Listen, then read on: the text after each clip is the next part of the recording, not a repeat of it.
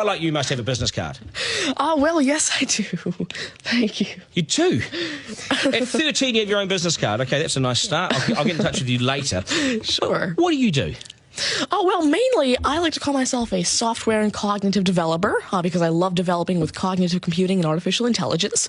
I am an algorithmist. I love working with, designing, and implementing algorithms. I'm a keynote and TEDx speaker. I'm an author. I've written a book, and I'm working on another one about IBM Watson. And, of course, I'm also an IBM champion for cloud and honorary IBM cloud advisor. Oh, where did I go wrong? Someone just get me a flannel countdown. Do you go to school?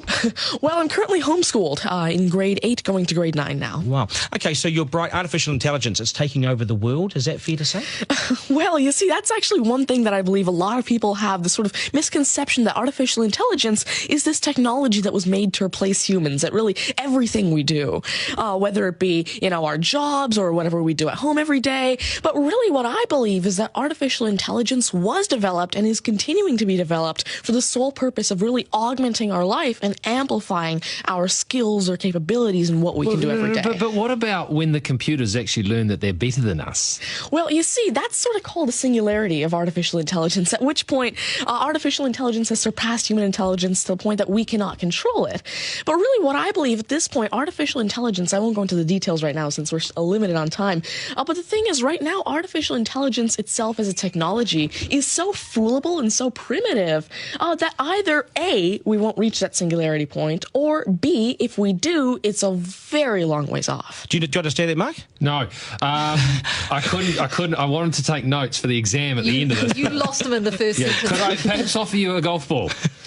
There you go. Thank you very much. You do this YouTube channel, which you teach people. What is that all about, and who is your target audience? Yeah, sure. Now, I actually have a YouTube channel called Tanmay Teaches that I've been running for around 6 years now, and it has over 144 videos and now 22,000 subscribers. And so on it, I love to teach about computing, really programming, these algorithms that I develop, machine learning especially, math, science, and especially technologies like IBM Watson. Because, of course, I like to share my knowledge because I realize that there's this lack of resources for people to learn about technologies like AI, which is why I absolutely love sharing my knowledge through, of course, these YouTube videos, the books that I'm authoring, the keynotes that I have, and really Watson comes in here in such a great way because Watson allows me... What's Watson? Sure. Well, Mark thinks he's a golfer, but what is Watson? Now, IBM Watson is essentially a cognitive system that allows developers to incorporate cognitive and machine learning into their applications without having to code in the actual intelligence. And what this means is that, of course, right now, really one of the main reasons developers aren't incorporating more machine learning into their apps is because it's so hard to do. It's really difficult to incorporate intelligence because... I'm going to take this somewhere else, this interview. Has the Homeschooling Association of the World got hold of you as the front person? Oh, well, there is actually a Homeschooling Legal Defense Association, I believe, HSLDA, in Canada, and I actually had a keynote for them last year in Niagara Falls. You're the poster boy for homeschooling, aren't you? Well, I did have a keynote for them, and I talked a lot about the advantages of homeschooling and why it's great for kids who want to go into different and really targeted subjects. Okay, I want to get right down to business now. When did you realise you were bright and smart, and smarter than most?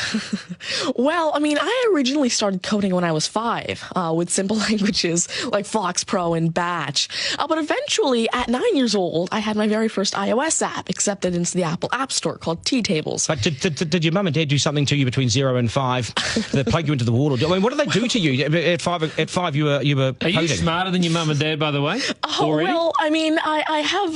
my dad used to work as a computer programmer, but he used to work with, simple, regular programming languages like Fox Pro, Batch, a little bit of C, etc. But you see, now I'm really interested in artificial intelligence and how it can actually be implemented on all these different platforms. You'd be a nightmare to teach. You'd be an absolute nightmare to teach, wouldn't you? Because you'll be smarter than the lecturers. You would I never want to get in an argument with you, ever.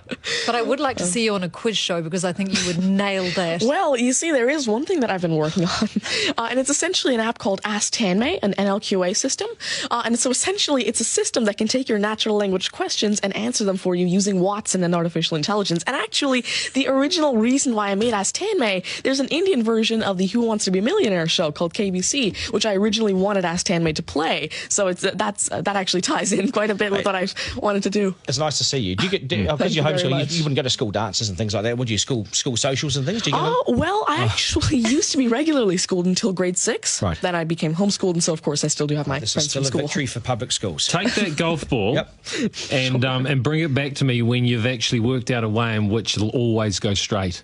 Because I think you could do it. Technically, using a genetic algorithm or something. I knew there'd be an answer. Hey, it's brilliant to meet you. You're a complete inspiration. Thank you. And I hope my son was watching, a 7-year-old son.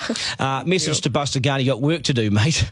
Do your homework, and we got to sharpen things up. Nice to see you. Thank you very much. much. All the very best. Thank You're you. amazing. Thank you. You're amazing. Okay, news is next, and then we are joined by today's panel, which won't be as smart as this guy, but they'll still be good, and we will head back to some of the beach as well for a game of 9 and 10. So much pressure now on the contestant in 9 and 10 just to rip through it and get it right. It's coming up after 8.